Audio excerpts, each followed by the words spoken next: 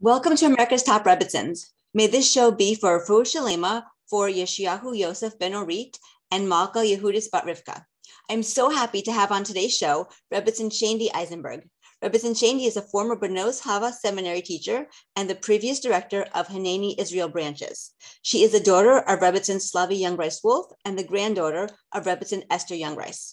She is currently a teacher at Manhattan High School for Girls in New York City, and she continues her family legacy through outreach. Thank you so much for being here. Please tell us a little bit more about yourself. Thank you. That's quite a load, but I will tell you that I really had the greatest privilege, and I still do have the greatest privilege of having been raised by the most incredible mom, by Rebbetzin Slovie, and of course, Rebbetzin Jungreis, who's no longer with us. But the opportunities that I had as a child to be raised in a home like I was raised in, and to have the role models that I had has really been so formulating in my own life, but it's also so much of what I do and what I teach is continuing that legacy and being able to give it over. Because when you grow up with strong, powerful Jewish women, yes, who are not afraid of the world and are not afraid to make the difference and are not afraid to get up and speak and talk about Hashem, but they're also so feminine. And they also embody the most core Jewish values that we have of modesty, of what it means to be a Jewish wife, a Jewish mother. That's everything. And that's really the legacy that I have from them and that I was privileged to grow up with. So it's my privilege to give that over to teenage girls today in my different teaching opportunities. It's really amazing. It really is. You're right. I mean, your mother and your grandmother were fantastic role models for all of Klal Yisrael. Really, really. So it's really amazing. I know that you teach girls about many things. And one of the things that you're very passionate about is teaching modesty in teenage girls. And I want to first start off with, what is your definition of modesty and what does modesty look like? So first I have to say that it's not a popular topic. Most people are very, very scared to talk about modesty. When they hear I teach that, they think, oh no.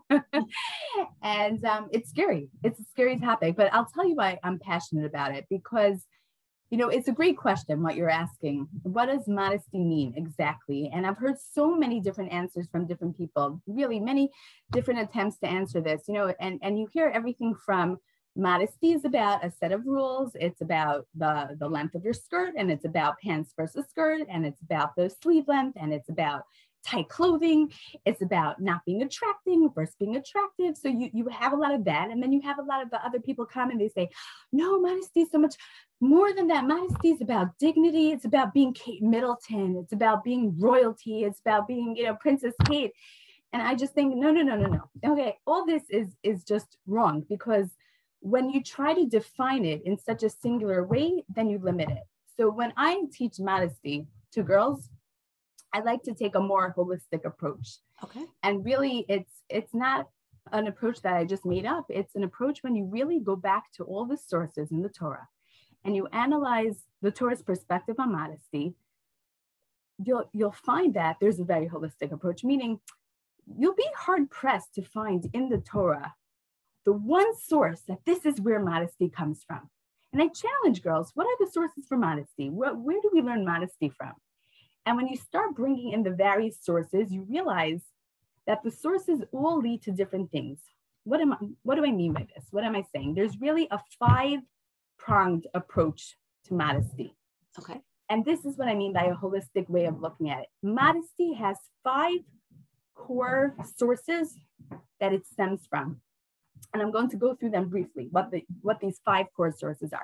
So the first source that we have for modesty is the concept of modesty. That's the first place where modesty stems from, and that's the concept of modesty. It means modesty as a midah. It means modesty as a value that we live by. And this, when I spoke to a certain great rabbi about this once, and he said, when it comes to the concept of modesty, there is no difference between a woman who dresses in a way that is provocative, that catches attention, that's trying to catch the eye and bring attention to her body, and somebody who makes an affair, who makes a simcha, right, a celebration in their family, and they're doing it in an ostentatious way that's just meant to pop people's eyes out. Because that's the value of modesty. The concept of modesty is we don't differentiate here between clothing and body. It's a concept. It's a value that we live by. You know, the most obvious source for this would be Hatsnea, from a pasuk from Micha, which means Hatsnea leches im Elokecha. And I'm going to talk more about that soon, but that means that the person who is a tzenua, the tznius person, he walks with God. And I'm going to talk about that. But that's number one. The first source is the concept of modesty, all encompassing. It's the way we talk. It's the values we have in our home.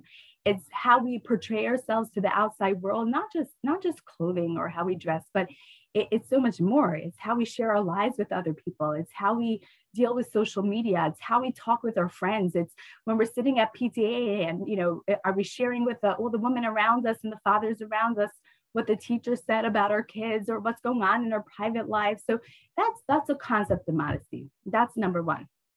Number two is a concept called Dat Moshe and Dat Yehudis. Dat Moshe and Dat Yehudis, the laws of Moses and the laws of Yehudis. And this, I'm giving this in a very, very, very brief explanation, but this is sourced from the Talmud. And basically what this means is the laws of modesty that are either of biblical nature, that they come from the Torah and they're biblical in nature. And there's, you know, a few, very few, but there are laws that are biblical in nature when it comes to modesty in terms of a woman and how she dresses or acts. And then that Yehudis means the mode of conduct that's accepted for a woman in terms of societal norms. And these can be the concept of things that come from the rabbis, or just the community's certain standards, the normative standards in the community for the way a woman is supposed to act or dress that's considered modest conduct or modest dress. And it's interesting, I'm not going to go into it, but when the Talmud talks about these two ideas, Das Moshe and Das Yehudis, that these are sort of, it's not the expectations, but it's how a woman is supposed to dress, is supposed to conduct herself to go according to the laws of modesty. It doesn't really differentiate between the two.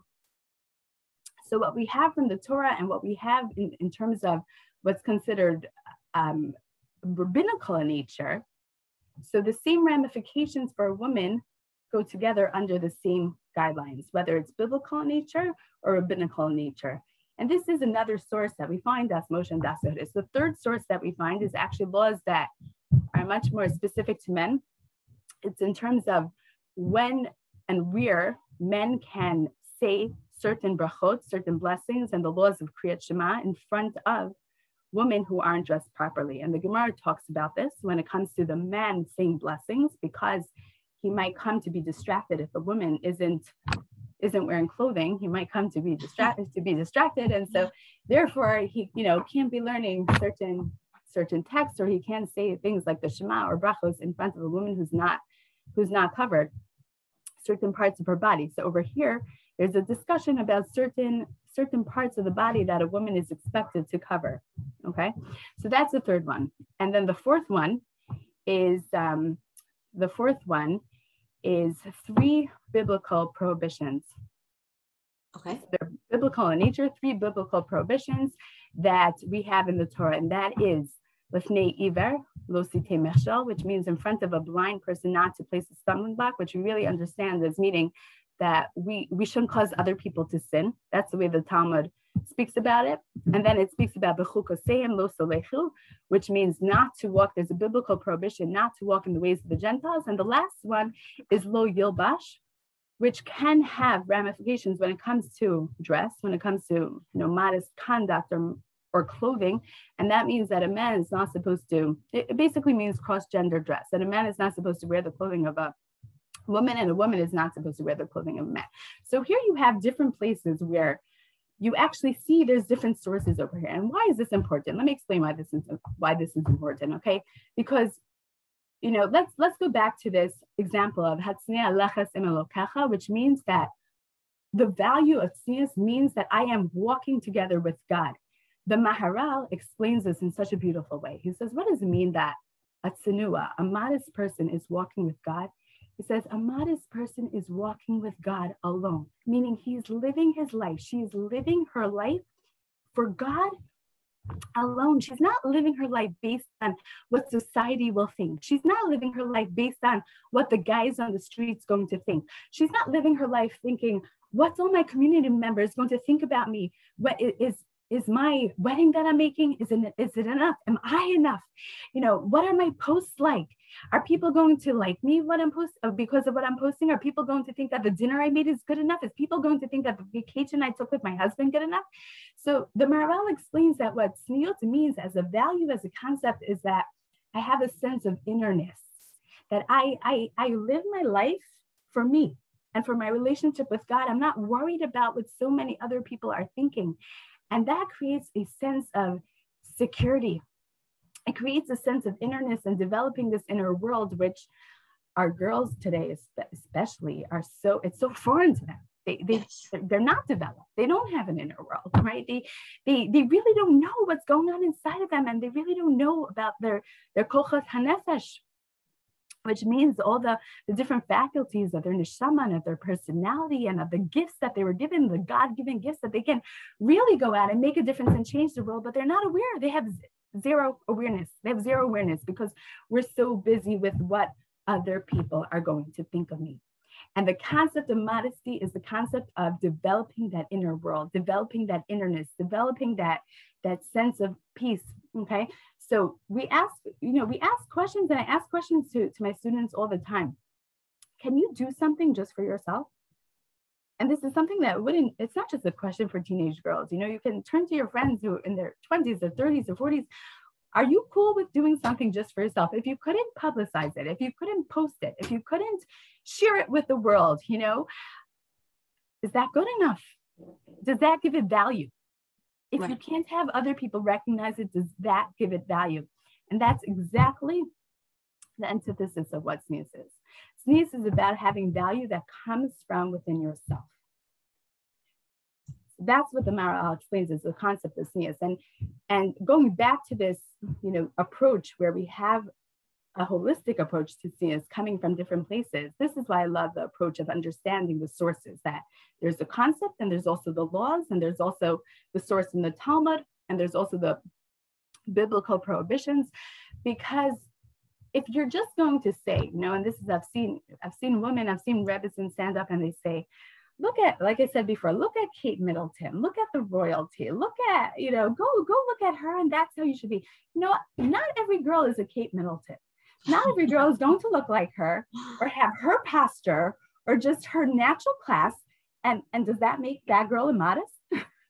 No. We say that she's immodest because she, can we see that? Some girls will have a spunkier look. They'll be a tomboy. They'll have frizzy hair. Is that immodest, right? Because she doesn't have that look of what you're picturing as dignity. So is there something about dignity?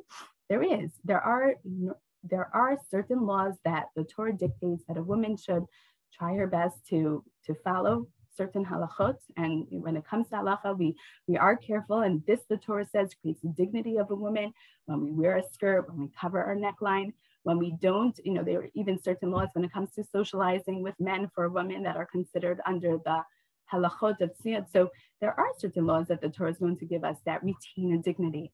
But it's not just the dignity. It's also the concept. It's also about having a sense of innerness. It's a sense of I'm with God and I'm not so worried about what other people think. And let's say a girl is worried about what other people think, but she's careful with the laws. There's value in that too. So when we look at it as at a holistic approach, first of all, we don't get lost in seeing as being any one thing over the other. And we're also able to give credit where credit's due. If a girl's not covering her knees perfectly, the way, her school would like her to, or as a mother, you're looking at your daughter and you're thinking, wow, she doesn't really reflect the laws of modesty that I grew up with or that I've liked. But this kid of yours really has a sense of innerness, and she's developing the sense of she does things for herself and she's not looking for attention. She's modeling certain aspects of tzniut, and you have to give her credit for that. It's not all or nothing. It's an interesting perspective. I like that.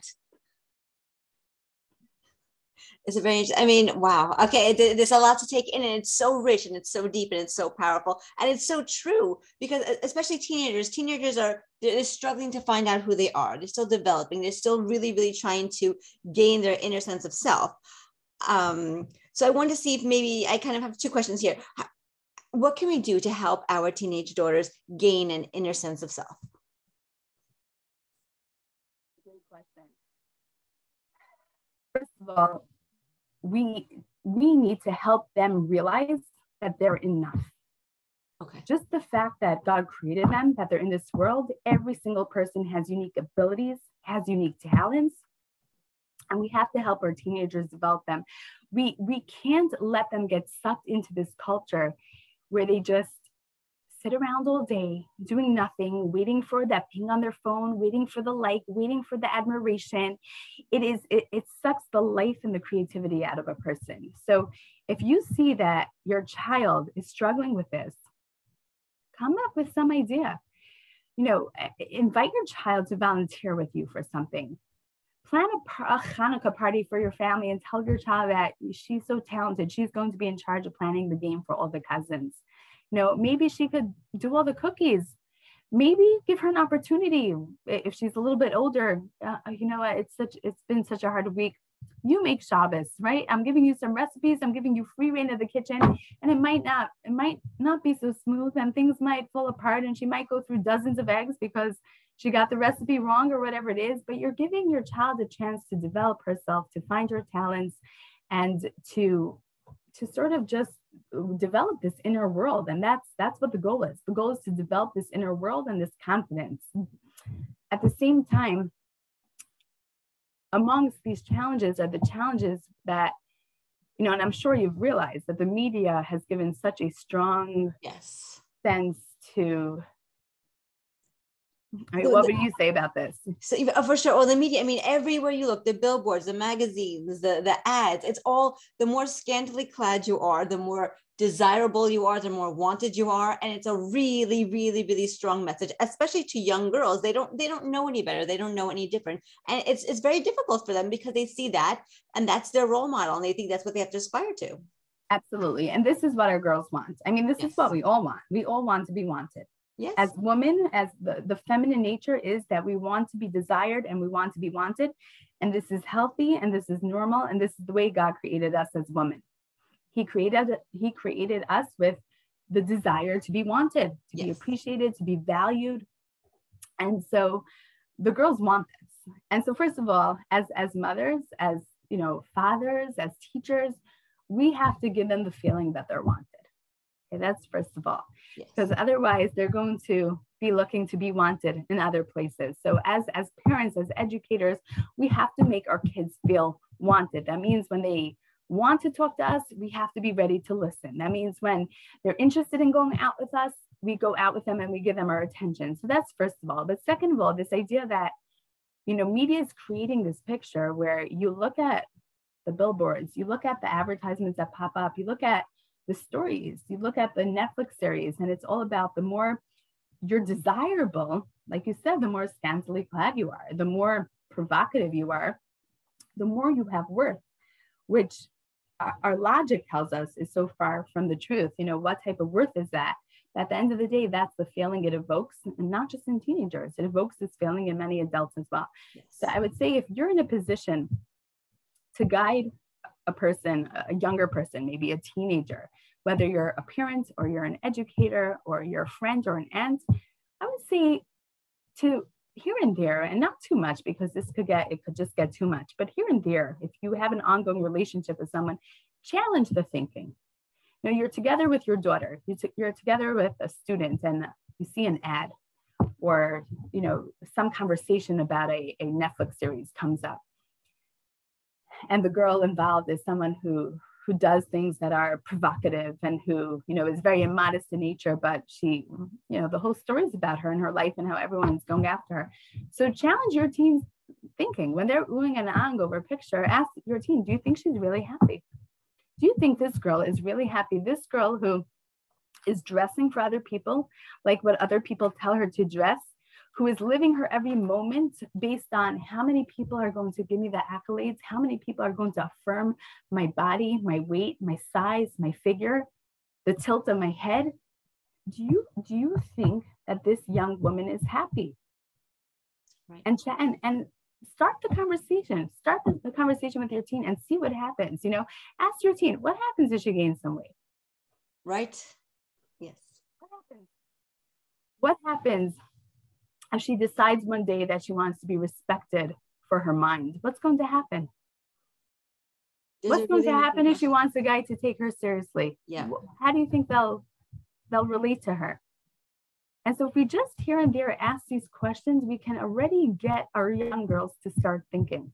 You know, I remember once a girl was telling me, she was a very beautiful, beautiful 19-year-old girl.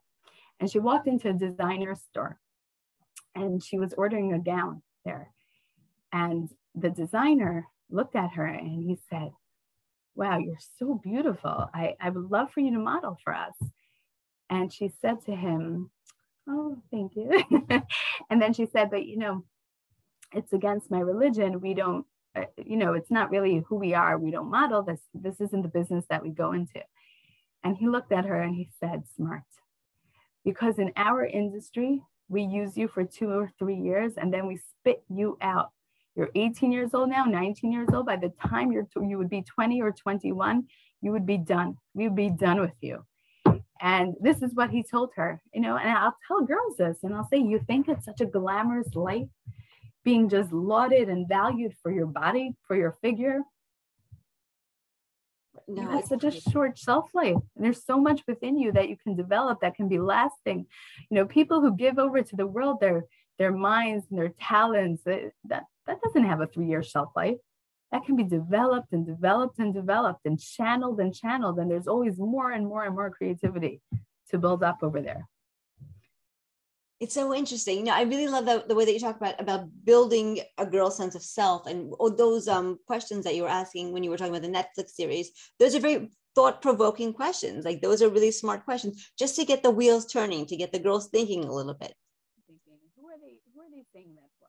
How many moments in their life are they really living for themselves? Right.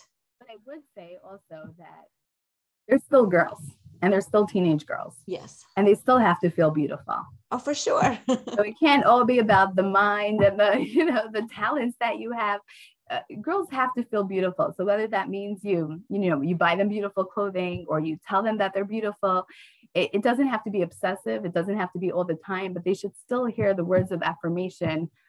You're beautiful, you're enough from parents, from people in their life. And definitely we can't dismiss their needs to, whether it's getting their hair done or a manicure. I'm not saying every whim has to be catered to, but we can't dismiss it. We can't dismiss that they want to look good and looking good is equated with them to feeling good. And that's very important for a teenager. Right, for sure. Yeah, it's definitely a balance. The inner and the outer. It's definitely a balance. And we spoke for a bit about the inner. I just want to touch upon the outer. I have a very interesting question because, you know, a lot of times a teenager does want to dress more modestly. Maybe she does want to cover her neckline or wear a skirt that's a little bit longer than her friends are wearing. But when her friends they want to dress cool, they want to wear contemporary fashions, which are maybe a little bit more revealing than she would have liked. You know, acceptance is a very big part of being a teenager. So there's a struggle there. Like, I want to dress modestly, but my friends are dressing like this. Like, how can we help a teenager navigate that? It's a real struggle. Yes. So when I get a question like that, I always think about this moment in time when I was living in Israel. I lived there for 10 plus years as a married woman. I started off my family there.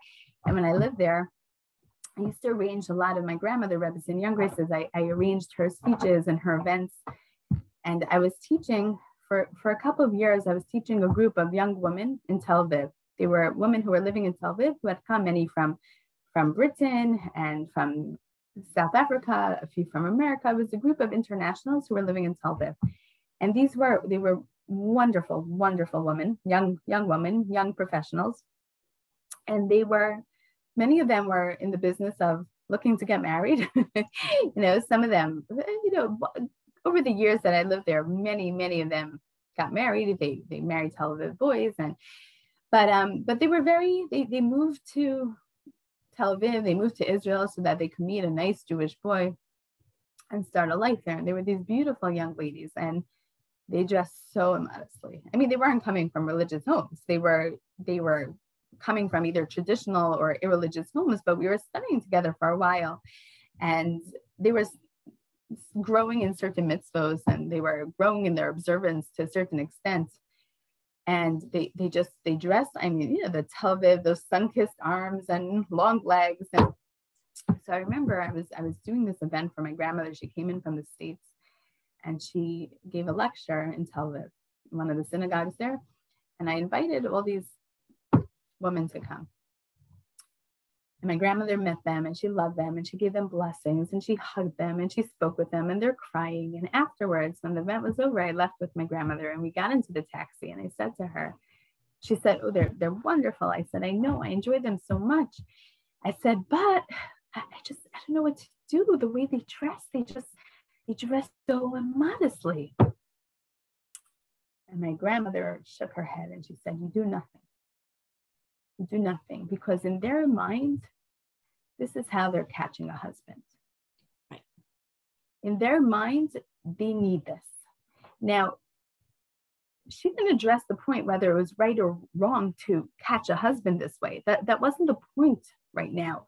And it wasn't even the point that this is the healthiest way to catch a husband. Forget what the Torah says that this is the right way to catch a husband. It might not even be a healthy way to catch a husband that makes for a lasting marriage. But she said, if you're going to attack the way they dress right now, it's a personal attack, because in their mind, they need this.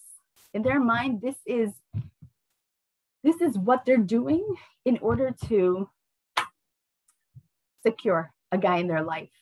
And it's going to feel very personal to them. And it taught me such a lesson that when we speak to people about modesty, it can't be a personal attack.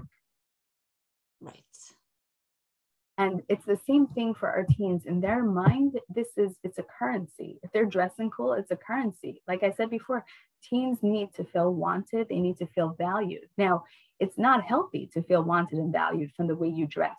But in their mind right now, this is what they need. So we can educate them, and we can give them tools. And those tools would be having open discussions, even from a young age. When you read a book, when you talk about a film, when you see the media, when you have discussions just about what really gives value, what really gives acceptance to a person. That at the end of the day, teens are still teens, and they cannot be personally attacked. They cannot come to a point of confrontation. We have to be so careful when it comes to them, that they cannot feel like when you're attacking the way they're dressing, or if you're telling them often that this is too cool, they're just going to feel personally attacked. And we really have to be careful.